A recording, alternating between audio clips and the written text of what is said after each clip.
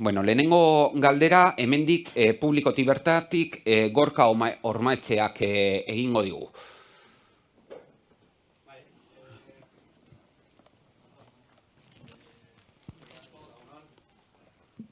Nire galderi laburre da, eta da hildo politikoen atalien.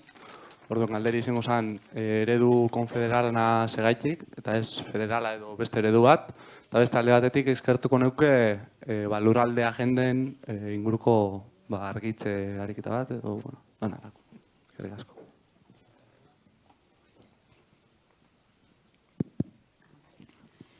Eguerdion guztioi, entzuten da, ez? Bai. Bota duzun galderari erantzunez, Zoardia ponentzian planteatzen duguna da Euskal Herria burujabetzaren aldeko prozesu bat herri bezala garatu behar duela, baina prozesu politiko horren baitan 3 prozeso eratzaile barne bilduko genituzkeela. Eta 3 prozesu eratzaile horien abia puntua badela alde batetik Nafarroa, bestalde batetik Ipar Euskal Herria eta bestalde batetik 3 herrialde hauek osatzen duten esparrua. Peiok aipatu duen bezala ulertzen duguna da eremu horietako bakoitza sujetu politiko bat dela eta bertako herritarrek erabaki osoa dutela burujabetza osoa lortzeko bidea egiteko.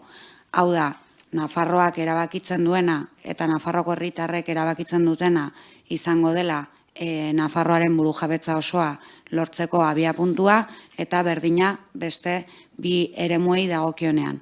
Hori da planteatzen dugun filosofia eta horretarako Zoardian adibide bat edo metafora bat erabiltzen zen.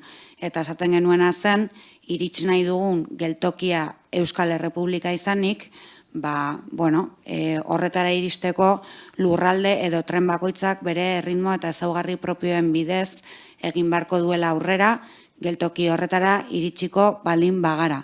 Eta beraz, estrategia edo eredu konfederal honen oinarrian horixe dago. Eremu horietako bakoitzari eta bertako herritarrei bide hori egin ahal izateko erabakimen osoa ematea. Eta zergatik ulertzen dugulako gure erronka baldin bada herri honetako gehiengo bat burujabetzaren aldeko apostua egitea, herri honen gehiengo batek estatu bat behar dugunaren konklusiora iristea, hori ahalbideratzeko lurralde eremu bakoitzetik ariketa hori bultzatu beharko dugula eta horreri erantzuten dio estrategia konfederal horrek.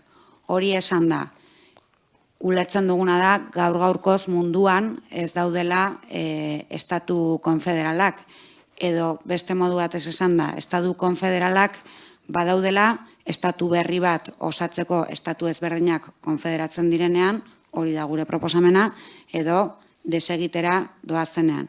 Gure kasua aurrenekoa izanik, hau da, estatu ezberdinak konfederatzera goaz, estatu bakarra osatzeko, Euskal Errepublika osatzeko.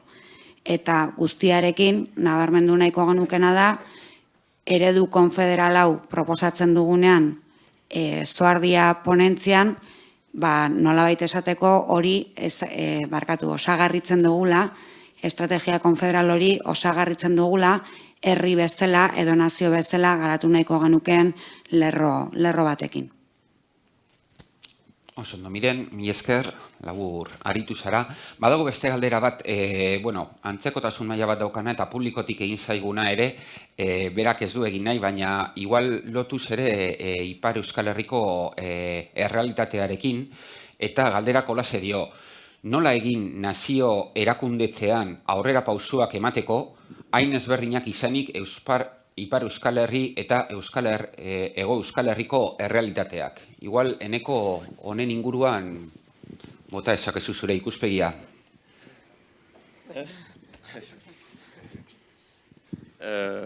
Nola egin, ustez, egin batean mirenek erantzun dola galdera honi. Egia da, Euskal Herrian azkenan 3 egilitatean administratibo daudela, baina 3 egilitatean administratibo baino esan nuke 3 zatiketa kultural bat daula egilitatean 3 espako ezberdinetan, eta horien espako bakuan ere daudela beste zatiketa batzuk, esan nuke. eta nola egin, argi da prozesu nazional bat izan beharko dela, baina Mirenek esan duen bezala asimetrikoa.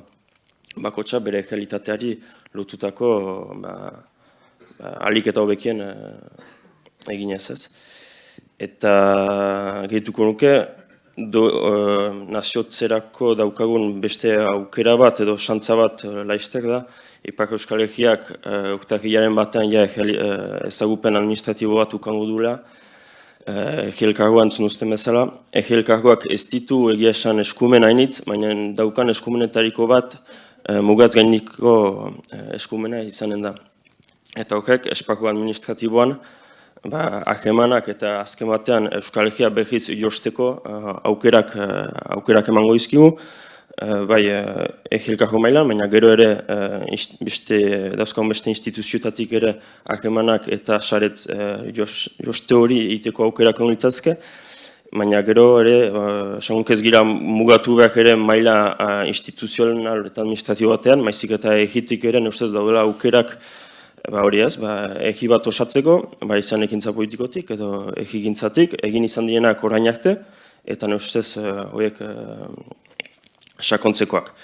Eta gero bestalde sortu hori itzultzeko, realitate hori kontuan hartuta ezinbestekoa ere sortuk funtzionandu nazional batuk aitea, mainan ere esparru bakotxan erabakitzeko eta iniziatiba hartzeko aukera aukarta.